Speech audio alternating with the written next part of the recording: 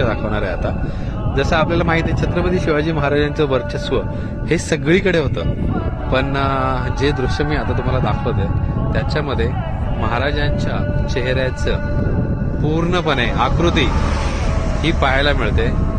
जी समोर पर्वतरांग आहे तिकडे बघा, महाराजांची जिरेटोप, त्याच्यानंतर डोळे, नाक, होठ आणि दाढी हे सगळं बघा किती हुबेहूब पाहायला मिळते.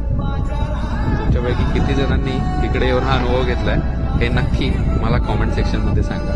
पण खरंच अंगावर काटे आणणारं दृश्य हे आज मी अनुभव करतोय इथे.